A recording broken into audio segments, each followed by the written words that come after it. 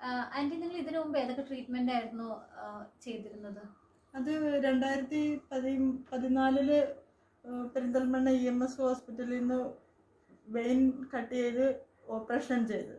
അത് കഴിഞ്ഞിട്ട് മുറിവ് കരിയാതെ വന്ന് 2 വർഷം കഴിഞ്ഞ് വീണ്ടും അവിടെ കൊണ്ട് കാണിച്ചപ്പോൾ ആ സാറ് പറഞ്ഞത് പ്ലാസ്റ്റിക് സർജറി ചെയ്യണമെന്ന് പറഞ്ഞു.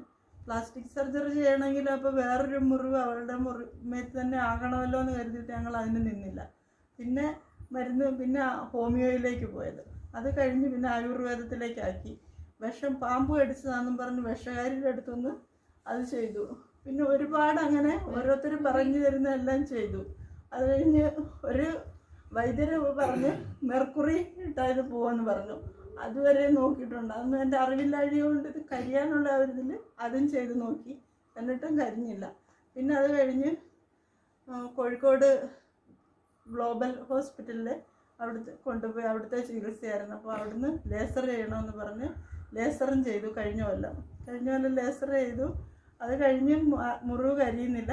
അപ്പോൾ അപ്പുറത്തെ കാലിനും സ്കാൻ ചെയ്ത് നോക്കിയപ്പോൾ അതിനും ഉണ്ട്. ലേസർ ചെയ്ത കാലിൻ്റെ തന്നെ പുറകിൽ പിന്നെയും ബ്ലോക്ക് ആയിട്ടുണ്ട്. അത് വീണ്ടും ചെയ്യണമെന്ന് പറഞ്ഞു. അതൊക്കെ കേട്ടപ്പോൾ പിന്നെ ആദ്യ പിടിച്ചിരിക്കുന്ന സമയത്താണ് SM രാജു സാറിൻ്റെ ഈ ഒരു പ്രൊഡക്റ്റിനെ പറ്റി, ഈ ഒരു ഇതിനെ ഞങ്ങൾക്കൊക്കെ ഒരു രക്ഷയായിട്ടുള്ളൊരു മരുന്നിൻ്റെ പറ്റി അറിഞ്ഞത്.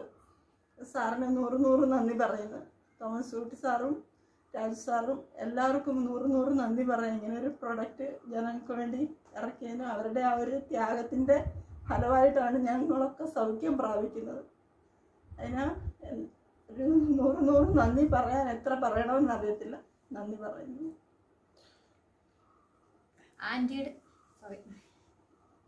ആന്റിയുടെ സംസാരത്തിൽ നിന്ന് നമുക്കറിയാൻ പറ്റും, ശാരീരികമായിട്ടും മാനസികമായിട്ടും വർഷങ്ങളായിട്ട് ക്ലേശങ്ങൾ അനുഭവിക്കുന്നവരാണ് ഈ ഒരു ഫാമിലി. നിശ്ചയിച്ചയുടെ അച്ഛനും നമ്മുടെ കൂടെ ഉണ്ട്. അച്ഛനും അമ്മയും